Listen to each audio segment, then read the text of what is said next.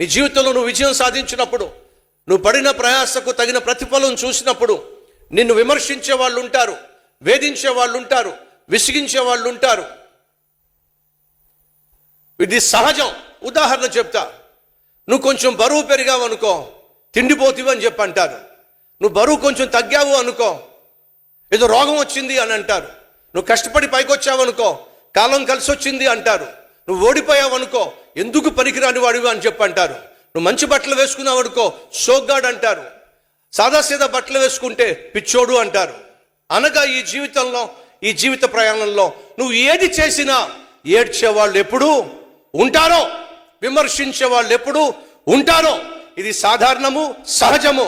కానీ వినో, ఏడ్చే వాళ్ళు ఉన్నప్పటికీ, వేధించే వాళ్ళు ఉన్నప్పటికీ, విసిగించే వాళ్ళు ఉన్నప్పటికీ, విమర్శించే వాళ్ళు ఉన్నప్పటికీ, దేవుడు నీకు చెప్పిన పనిని చెప్పినట్టుగా చేసుకుంటూ ముందుకు సాగటమే నీ జీవితంలో విజయం సాధించడానికి రహస్యం.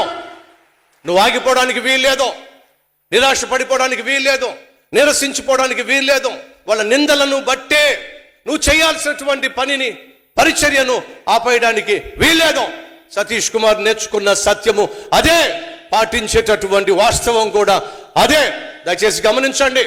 చిల్లరి డబ్బులో శబ్దాలు చేస్తాయి, కానీ కరెన్సీ నోట్లు, విలువైన నోట్లు శబ్దాలు చేయవు.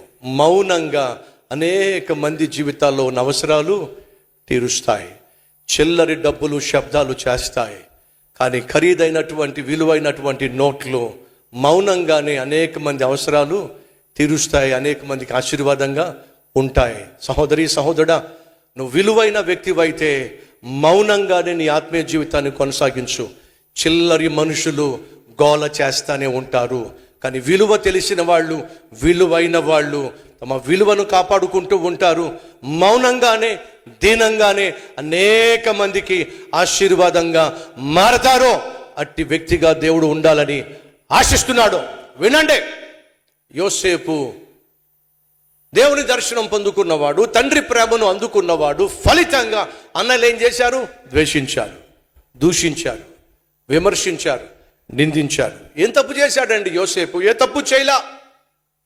కేవలం తాను తండ్రి ప్రేమను పొందుకున్నాడు, దేవుని దర్శనాన్ని అందుకున్నాడు, దేవుని తోడు కలిగి జీవించాడు. అది చూసినటువంటి అన్నలు సంతోషించడానికి బదులుగా అతను నిందించారు, వేధించారు, విసిగించారు, పగబట్టారు. 12వ అధ్యాయము సామెతల గ్రంథము. జగడాలకు కారణాలు ఏమిటో బైబిల్లో ఉంది, చూద్దాం రండి. సామెతలు 12. జగడాలకు కారణం ఏమిటి? క్షమించండి, 10, 12. సామెతలు 10వ అధ్యాయం 12వ వచనం. పగ కలహమును రేపును, పగ కలహమును రేపును. నువ్వు విజయం సాధిస్తున్నావా? అయితే నీ మీద కొంతమంది పగబడతారు. నువ్వు ముందుకు దూసుకుపోతున్నావా? అయితే కొంతమంది నిన్ను మీ మీద పగబడతారు. వర్ధిల్లుతున్నావా? గుర్తింపు పొందుకుంటున్నావా? అయితే ఖచ్చితంగా నీ మీద నీ వాళ్లే పగబట్టచ్చు. ఎవరు? నీ వాళ్లే.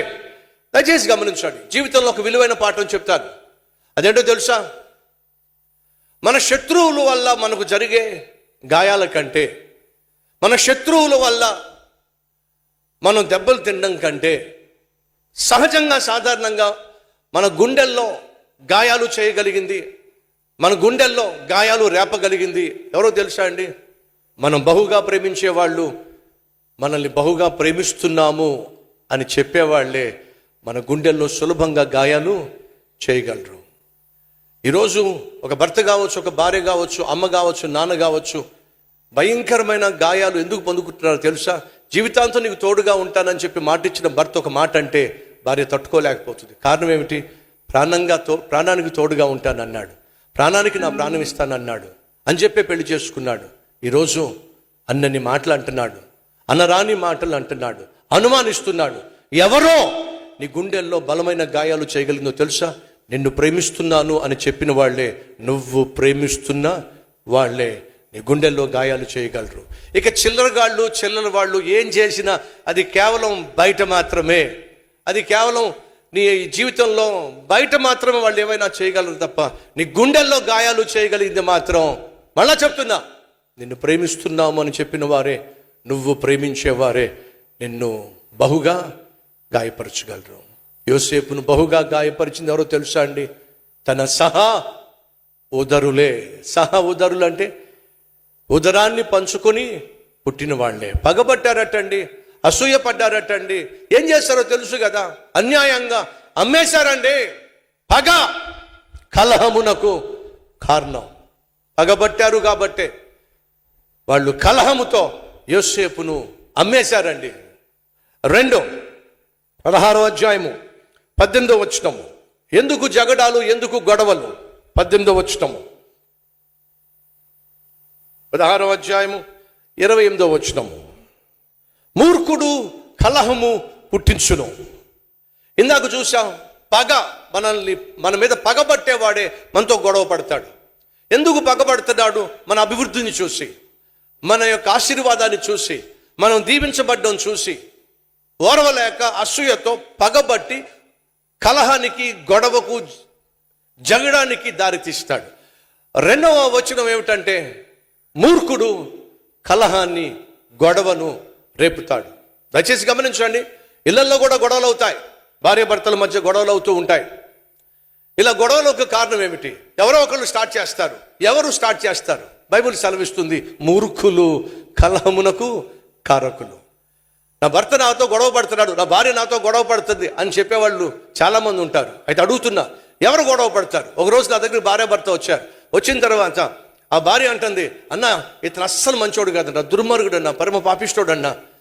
ఎంత దుర్మార్గుడు అంటే, ఎంత పాపిష్టోడు అంటే, అసలు నన్ను పట్టించుకోడన్నా, ఇష్టానుసారంగా మాట్లాడతాడన్నా. ఇలాంటి పాపిష్టోడిని చేసుకోవడం వల్ల నేను చాలా కష్టపడుతున్నానన్నా. అసలు మనిషి కాదన్నా ఈ మనిషి. అంటానే ఉంది. ఆ తర్వాత, ఏమయ్యా నువ్వు దుర్మార్గుడు అంట, పాపిష్టోడు అంట, అసలు నువ్వు మనిషే కాదు అట. ఏంటి నీ సంగతి అంటే, అన్నా ఆ నోట్లో నుంచి ఒక్క మాట వచ్చిందా? ఇన్ని మాటలు అంటుంది కదా, నా నోట్లోంచి ఒక్క మాట వచ్చిందా? మీ ముందే ఇలా నన్ను ఆడిపోసుకుంటే ఇక మీరు లేకున్నప్పుడు ఇంకా ఏ విధంగా ఆడిపోసుకుంటుందన్న. అప్పుడు అడిగాను, అమ్మ ఒక్క నిమిషం, మీ ఇద్దరిలో ఎవరికి కోపం ఎక్కువ, ఎవరికి నోరు జారే తత్వం ఎక్కువ, ఎవరు నోరు పడేసుకుంటారు? నేనేనన్నా. మరి నువ్వెందుకు తల్లి ఆయన తెచ్చావు ఇక్కడికి? నోరు పడేసుకుంటుందంట, కోపం ఎక్కువ అంట, భర్త మంచోడు కాదట. ఇప్పుడు అడుగుతున్నాను, ఎవరు మూర్ఖులు? గొడవను ప్రారంభించే వాళ్ళే మూర్ఖులు. వాడు వచ్చి వాళ్ళ నాన్నతో అంటున్నాడు, అడు గొడవ అవుతుంది, అన్నదమ్ముల మధ్య గొడవ అవుతుంది. ఏంట్రా ఎందుకు గొడవ అవుతుందిరా? నాన్న అంటే చిన్నోడు అంటాడండి, నాన్న గొడవ కారణం చెప్పమంటావా? చెప్పరా గొడవ కారణం ఏమిటో? అన్నయ్య నన్ను కానీ తిరిగి కొట్టి ఉండకపోతే అసలు గొడవ ఏదే కాదన్నా. మీకేం అర్థం కాలేదు. అన్నయ్య తిరిగి నన్ను కొట్టకపోతే అసలు గొడవ అయ్యేది కాదు నాన్న అన్నాడు. అంటే అర్థం ఏమిటి? ఈడు కొట్టాడట, దానివల్ల గొడవ కాదట. ఈడు కొట్టాడట, అన్నయ్య తిరిగి కొట్టాడు కాబట్టి గొడవ అయిందట. అసలు కొట్టింది ఎవడు? ఈడు.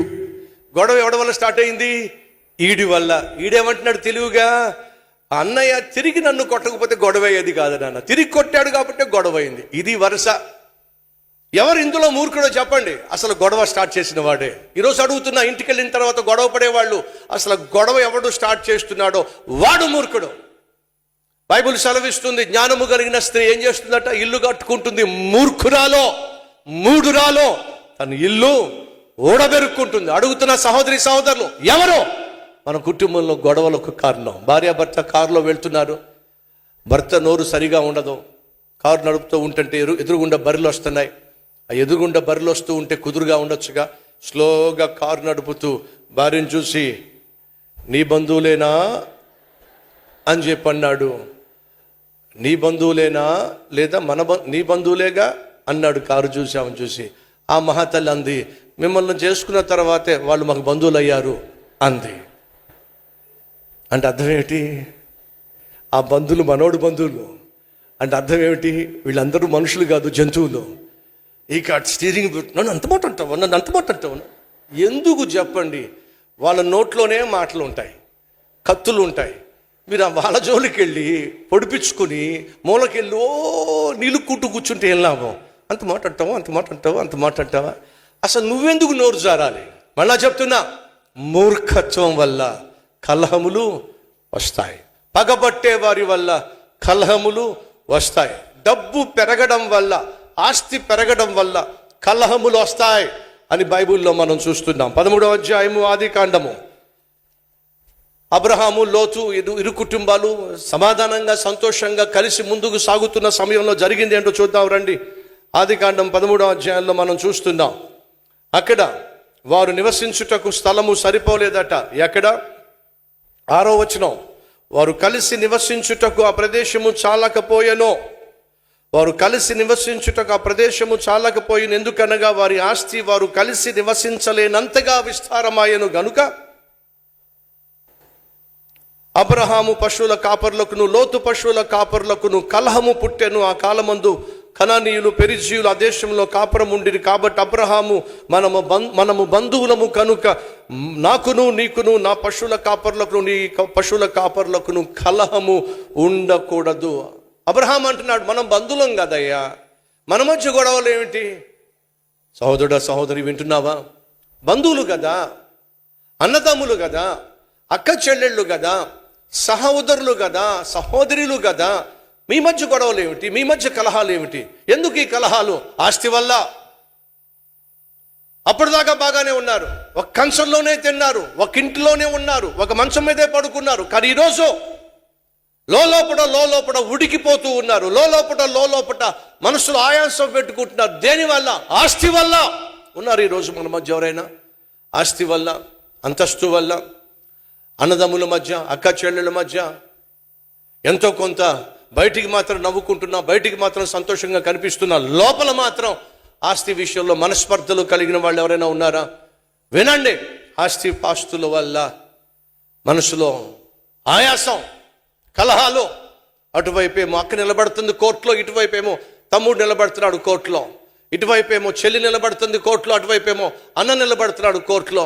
ఒకే తల్లికి తండ్రికి పుట్టిన వాళ్ళు ఈరోజు కోర్టుకెళ్ళి కొట్లాటలో. ధర్మం కాదు. సహోదరి సహోదరులు, క్రైస్తవులుగా ఇది మనకు మంచిది కానే కాదు. పుట్టినప్పుడు ఆస్తి పట్టుకురాల, పోయేటప్పుడు ఆస్తి పట్టుకెళ్ళాం. కానీ వినో, నీతో పుట్టిన నీ సహోదరి సహోదరులు కష్టం వచ్చినా నష్టం వచ్చినా పరుగు వచ్చేది మొదటిగా వాళ్ళే. వాళ్ళతో ఎందుకు నీకు గొడవ చెప్పు? వాళ్ళతో నీకెందుకు కలహం చెప్పు? ఈ విషయంలో అర్థం చేసుకో. అబ్రహాం అంటున్నాడు, మనం బంధువులం, కలహం పడ్డానికి వీలు లేదు.